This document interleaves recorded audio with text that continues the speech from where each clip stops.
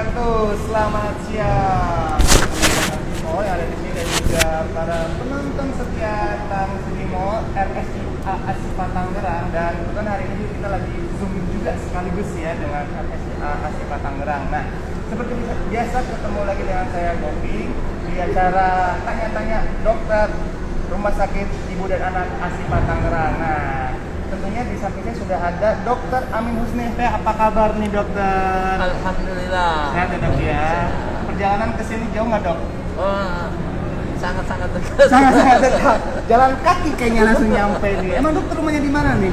Saya rumah di modern lah ya. Oh ya ampun, tetangga, ternyata tetangga kita. Timur dulu ya rumahnya ternyata ya. Berarti hampir setiap hari dong ya ke Trans Timur ya. Pengunjung setia. Hampir pengunjung setia berarti. Jangan-jangan ini member Smart Shopper-nya Trans Timur juga nih teman-teman Kang Citizen ya. Baik, luar biasa sekali nih, jangan dilewatkan live kita kali ini karena kita akan membicarakan tentang kesehatan nih dokter ya sama dokter Amin. Nah, di sini temanya sangat menarik sekali ya, mengenal alergi pada anak nih dok. Ya kan? Kita tahu nih alergi ini sering banget menjadi konsumsi masyarakat, terutama kepada anaknya ya. Sering terjadi, oh ada dikit-dikit alergi nih, takut alergi ini, takut alergi itu gitu ya. Nah, ini cocok banget nih buat yang sedang di sini atau teman-teman yang sedang menyaksikan di live kita di Simo, juga RSIA Asipa Tangerang dan Zoom juga ya di sini ya. Jangan kemana-mana, saksikan terus sampai akhir ya, karena kita juga memberikan mempersilakan untuk bertanya ya kepada teman-teman yang sedang menyaksikan live ini. Saat ini nanti kita akan langsung bacakan. Ini menarik sekali temanya ya. Nah, sebelum nanti saya bacakan pertanyaan dari Tang Citizen nih dok, nih saya mau tanya terlebih dahulu nih, sebetulnya alergi ya, alergi pada anak itu gimana tuh maksudnya? Oh. Sebelum membahas tentang alergi pada anak, kita harus tahu dulu ya apa sih sebenarnya alergi itu ya. Nah, iya. Alergi itu berasal dari kata Yunani alor dan argon. Ya. Dari alor dan argon. Artinya apa? Kalau pada yang biasa-biasa aja nggak apa-apa, tapi pada orang yang lain dia ada apa-apa gitu. Orang lain nggak apa-apa, tapi kalau dia jadi timbul gejala. Oh gitu. Orang lain misalnya makan udang nggak ada apa-apa, tapi kalau dia timbul gatal. Iya. Kenapa itu bisa Nah begitu? itu jadi namanya alergi ya. Jadi pada orang lain normal, lagi pada dia sendiri timbul gejala sensitif atau timbul gejala alergi. Baik. Jadi sebetulnya alergi ini di setiap orang ada ya, cuman reaksinya berbeda-beda gitu. Ya, nggak semua orang alergi. Artinya pada orang lain normal, tapi pada dia timbul gejala. Oke. Nah, lalu penyebab alergi pada anak itu gimana dok? Sebenarnya penyebab anak-anak kan banyak ya. Iya. Namanya anak tuh dari bayi, dari kandungan sampai umur 18 tahun, itu yang disebut anak. Oke. Ya. Tapi beda kalau pada bayi dan pada anak-anak dewasa atau pada dewasa itu berbeda. Oh, dampak yang Iya. ditimbulkan berbeda-beda ya? Dan sensitivitas mungkin pada orang dewasa nggak apa-apa, tapi pada anak-anak timbul alergi. Ya. Karena kulitnya apa, pada kulit bayi biasanya lebih longgar, yang lebih sensitif. Tapi kalau orang dewasa mungkin kulitnya kulit badak, mau kena apa aja tahan. Tahan gitu. ya. Okay. Tapi kalau pada bayi dia perkembangannya juga belum optimal, sistem kekebalannya juga belum optimal, kelenjar keringatnya juga minimalis, sehingga dia lebih rentan. Misalnya dia pakai bedak atau pakai sabun yang pH-nya lain, akan timbul reaksi gitu. Atau dia minum susu lah yang paling sering ya, minum susu timbul merah-merah di pipi, itu merah-merah di tangannya, atau di leher paling sering itu timbul merah. Orang kena air susu nih, padahal bukan air susu, ibunya makan susu sapi, akibatnya timbulnya ke bayi. Oh gitu. Oke, baik. Ngomong-ngomong soal susu nih, saya jadi ingat nih dok, Talkshow sekarang kita lagi ada di Kopisu dok. Nah, tempatnya ini kebetulan ada yang baru nih. Tadinya kan cuma di outdoor aja nih dok, di sebelah kiri ini nih, ya kan. Nah, sekarang ada fasilitas indoornya. Nah, salah satunya sekarang ini yang kita tempatin di sini. Tempatnya asik banget kan. Udah gitu, kita udah ada kopinya nih dok. Sebelum kita lanjut, Mungkin boleh kali Dok kita ngopi dulu coba, ya. coba, Tadi boleh. kan udah sedikit dijelasin ya terkait soal Arabica, tapi boleh juga nih kita nikmatin Coba. hidangan dari kopi sini. Oke. Coba Silakan dulu. Dok. Oke. Kalau seperti ini boleh dong buka masker ya kan. Nanti minumnya bisa begini. Oke. Nah, teman-teman Tang Citizen dan juga sahabat RSIA Asifa Tangerang ya. Ini lokasinya ada di Lobby City Park. Jadi teman-teman bisa lihat ada di sebelah kiri ya. Ada Kopi Su. Nah, sini tempatnya asik banget buat nongkrong, mungkin buat sambil ngerjain tugas yang lagi kuliah atau kerjaan yang bisa dibawa kemana-mana. Ini cocok banget, dokter ya. Dan untuk kita ngobrol santai begini juga asik banget ya dok ya. Oh, udah selesai dok? Cepet banget dok. Saya sih belum. Saya ngopi dulu ya. Saya udah di duluan sama dokternya nih. Oke kalau gitu. Saya pesen kopi gula aren. Nah kenapa kopi gula aren? Kopi gula aren ini lagi kekinian banget nih ya kan. Gula aren terutama juga bagus banget nih buat kesehatan. Tidak melonjakkan gula darah. Infonya sih seperti itu. Benar nggak sih dok? Benar ya. Oke, kita coba dulu di tojos aja. Kita minum dulu dari kopi Su nih.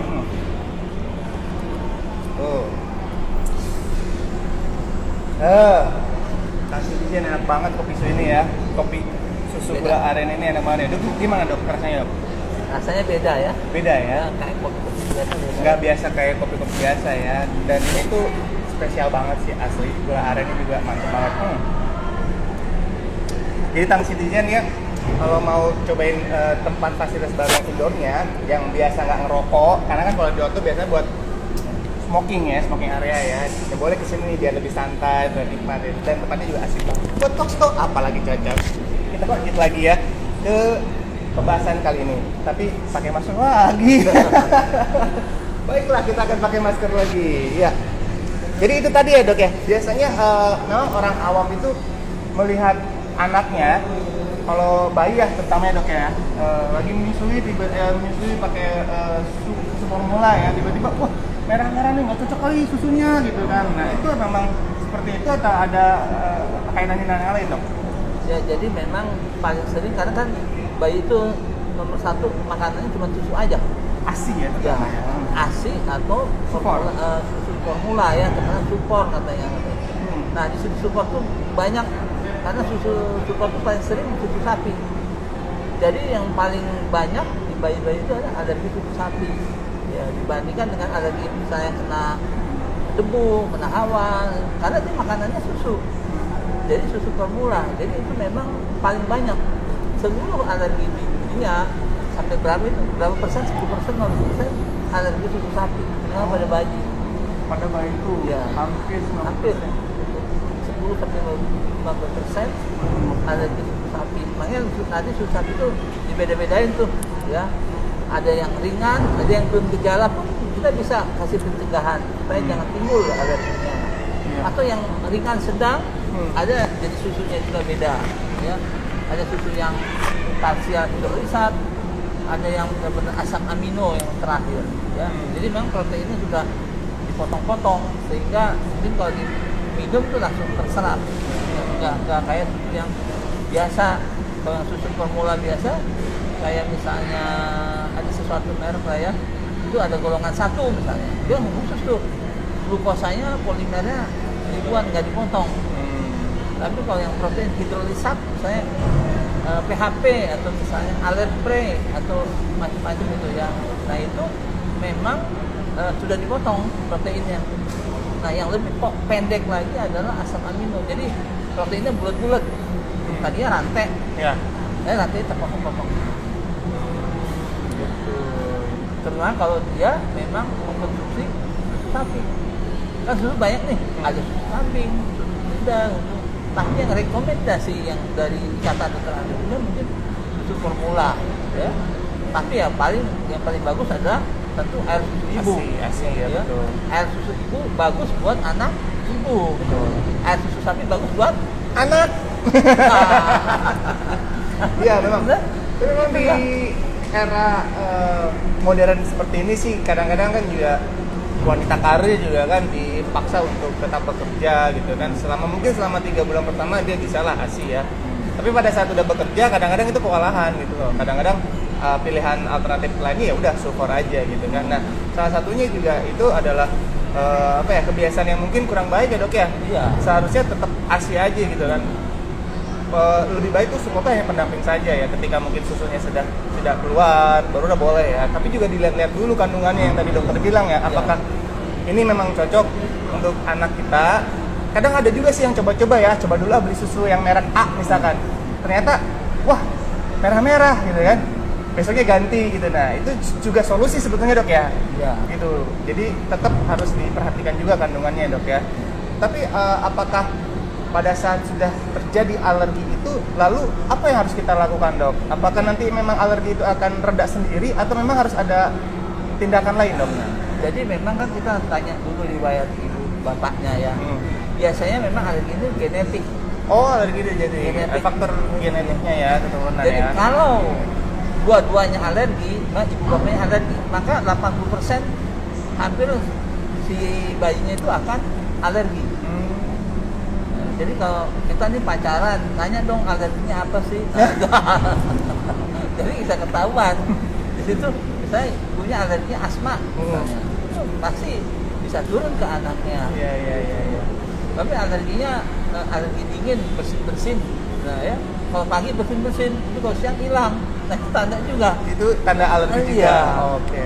Macem-macem ya Iya. alergi itu ya. Ada yang bersin-bersin, ada yang langsung Kulit. dampaknya ke kulit, ada yang bengkak-bengkak ke Nah. mata ya, seperti itu ya dok ya. Iya. Nah itu kan tadi alergi susu ya dok ya. Nah kalau alergi obat itu gimana dok? Karena kan kita sering banget nih kalau misalkan lagi di rumah sakit gitu ya, ibu anaknya alergi enggak sama obat tertentu gitu. Nah itu gimana cara kita bisa mengetahui bahwa anak kita tuh alergi salah satu obat tertentu? Biasanya tadi ya, dari orang tua tadi. Orang tuanya ada alergi nih. Berarti hati-hati nih, anaknya juga alergi nih.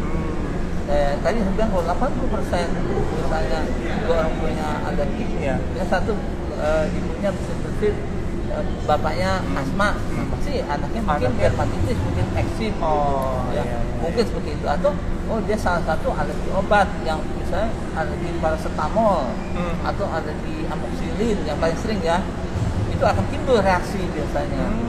Dari reaksi yang ringan sampai yang berat sampai sesak gitu. Nah itu bisa terjadi seperti itu. Atau reaksi yang ringan mungkin hanya merah-merah aja, bento-bento. Tapi kalau udah mulutnya jontor, matanya sampai bengkak, nah itu Stephen Johnson. Nah itu udah cepet-cepet dirawat di ruang guru.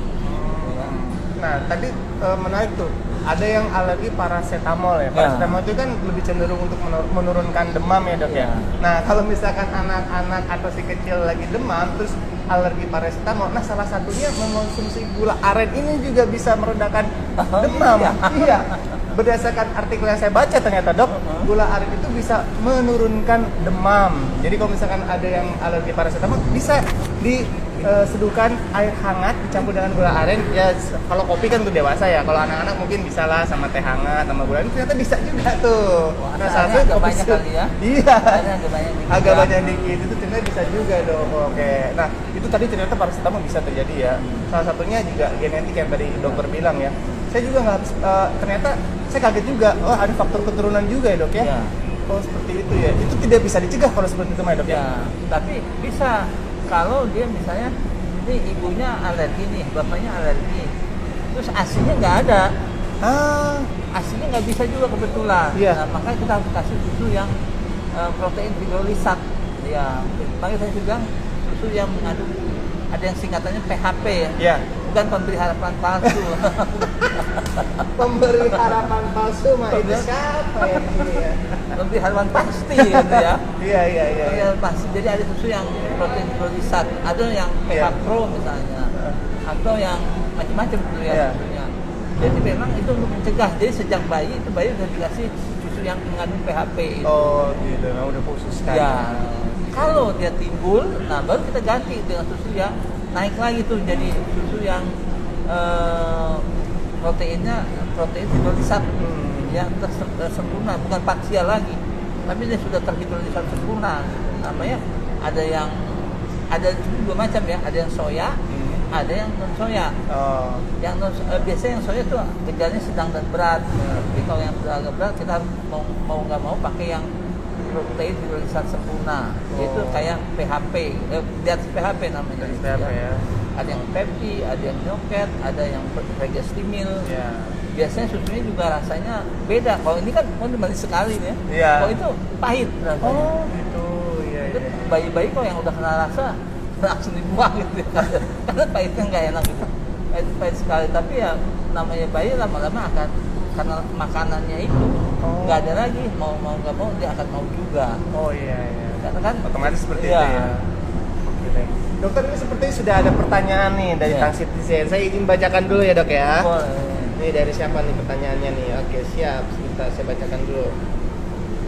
Dari Rena 29 trans, saya lahiran sesar dengan kondisi sel darah putih anak saya tinggi sehingga harus observasi terlebih dahulu. Apakah itu bentuk respon bayi karena saat persalinan kena zat-zat kimia, anestesi atau bakteri atau alergi? Jadi kalau leukosit darah tinggi biasanya karena infeksi, bisa karena kondisi di dalam rahimnya, atau bisa dari air ketubannya. Air ketubannya yang Ya, ada ya. dari air ketubannya sehingga bayi-bayi itu terpapar, ya, tertular. Ya. Jadi bukan karena zat kimia, bukan karena alkohol, tapi karena proses di dalam rahim ibunya ya. Bisa mungkin ibunya sedang ngobrol dengan atau saudaranya, ada yang batuk, ada yang pilek, akhirnya dia tertular, dia menular juga ke bayinya.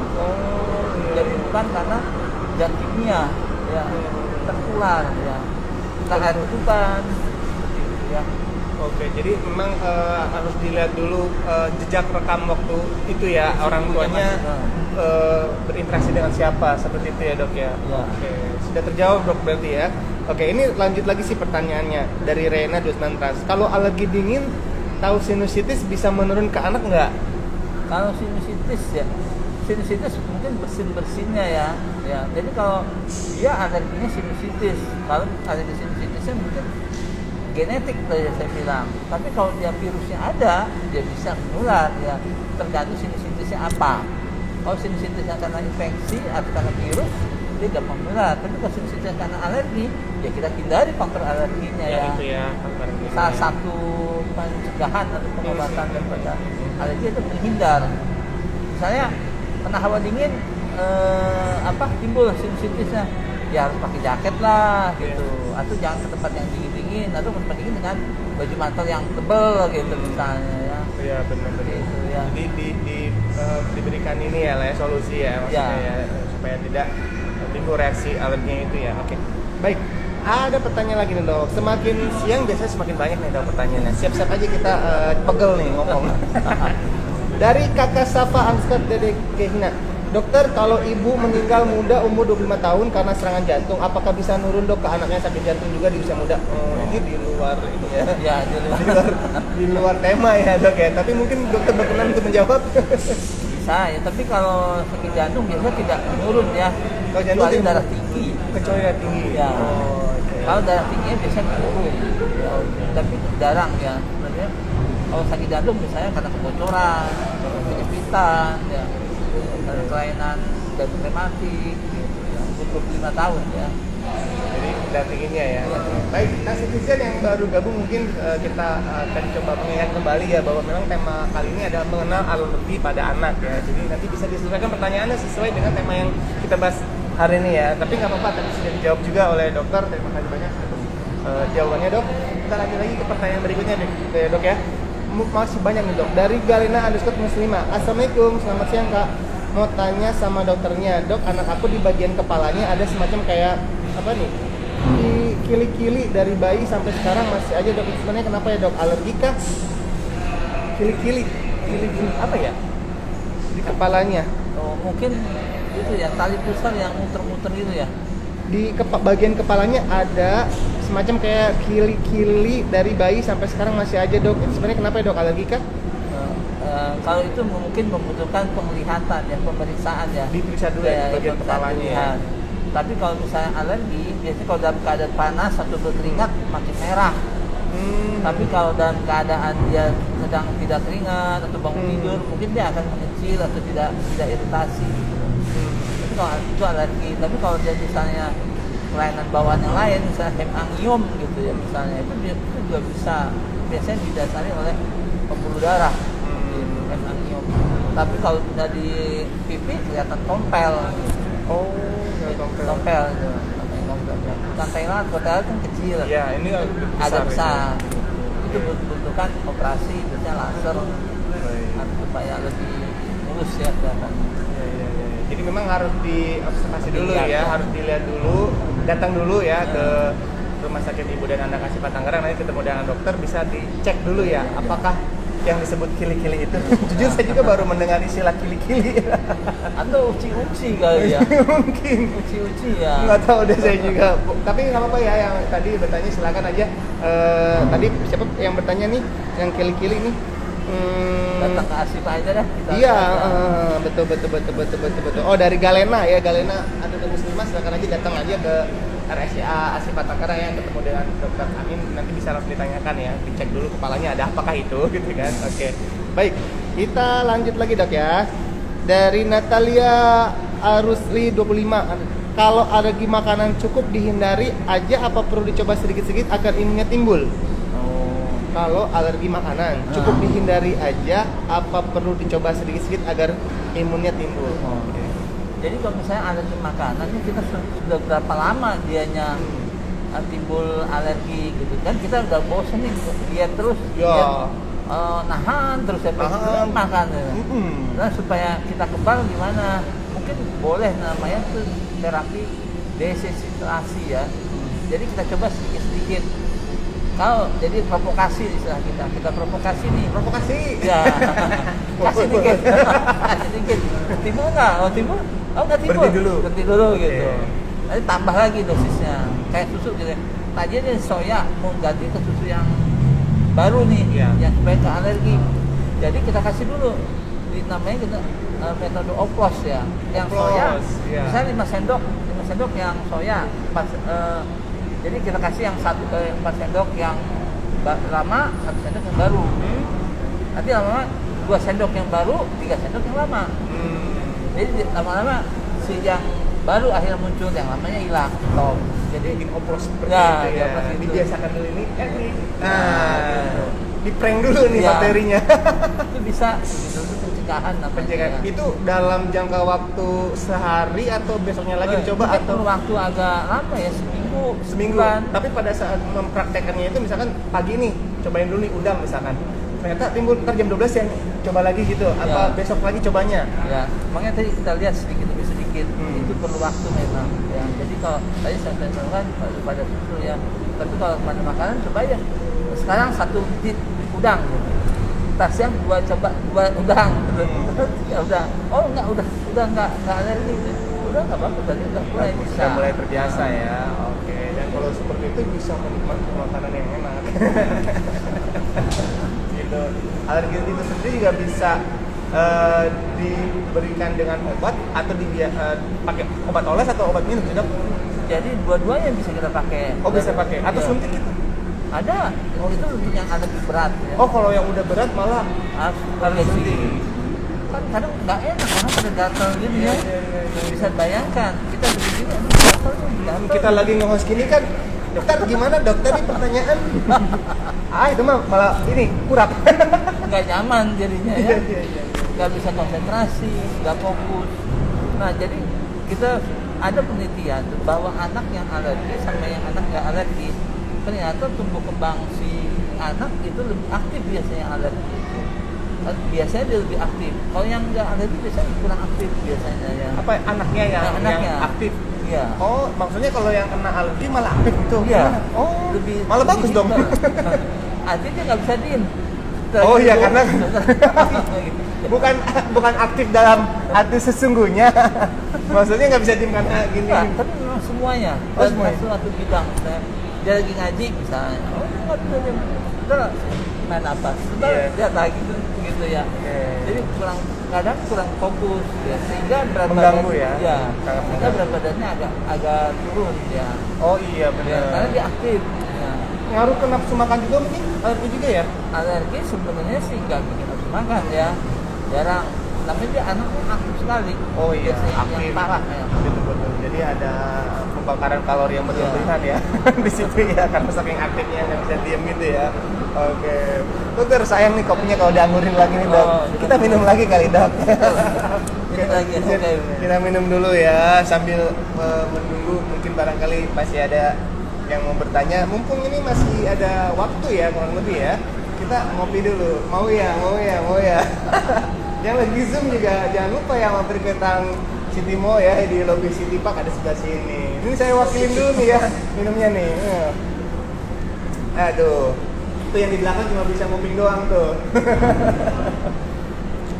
Karena memang alergi ini adalah hal yang tidak bisa jauh dari kehidupan anak terutama ya. Ya. Itu dia makanya perlunya kita mengantisipasi ya, Dok ya. Dari awal kita udah cobain aja gitu, anak serba makanan tuh semua dicobain aja, Dok ya. Sampai kita tahu bahwa anak ini ternyata alergi susu kacang misalkan. Kan jadi tahu tuh ya, Dok ya. Ya. Emang harus seperti itu kan, Dok ya? Harus semuanya dicobain aja dulu ya. Dan biar itu jadi orang tuanya, Dok ya. Iya. Jadi kalau kayak gitu kita terapi pengobatan yang paling rasional ya udah menghindar aja dulu. Kita stop ini makanannya. Kan dia alergi kacang. Ya udah nggak usah makan kacang dulu. Oke, avoidance ya, atau menghindar.